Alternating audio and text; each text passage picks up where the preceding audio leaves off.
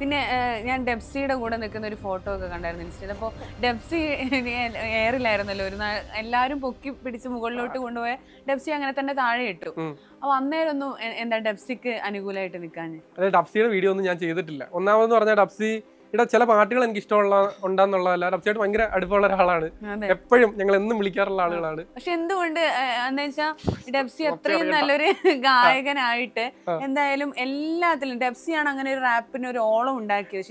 ഡബ്സി ഇത് അറിഞ്ഞു പോലും കാണത്തില്ല കേട്ടോ. പക്ഷെ എന്നിട്ട് എന്തുകൊണ്ടാണ് ഒരിക്കൽ പോലും അദ്ദേഹത്തെ പിന്തുണച്ചുകൊണ്ട് ഒരു വീഡിയോ ഇടാഞ്ഞത്? മടിയുണ്ടാ ഇടാഞ്ഞത്. കാര്യം എന്ന് പറഞ്ഞു കഴിഞ്ഞാൽ അദ്ദേഹത്തിന്റെ പ്രോഗ്രാം കാണാൻ വരുന്നവര് അദ്ദേഹത്തിന് ഇതിനു മുമ്പുള്ള പ്രോഗ്രാം കണ്ട് അദ്ദേഹം എങ്ങനെയാണെന്ന് അറിഞ്ഞിട്ടല്ലേ വരുന്നത്.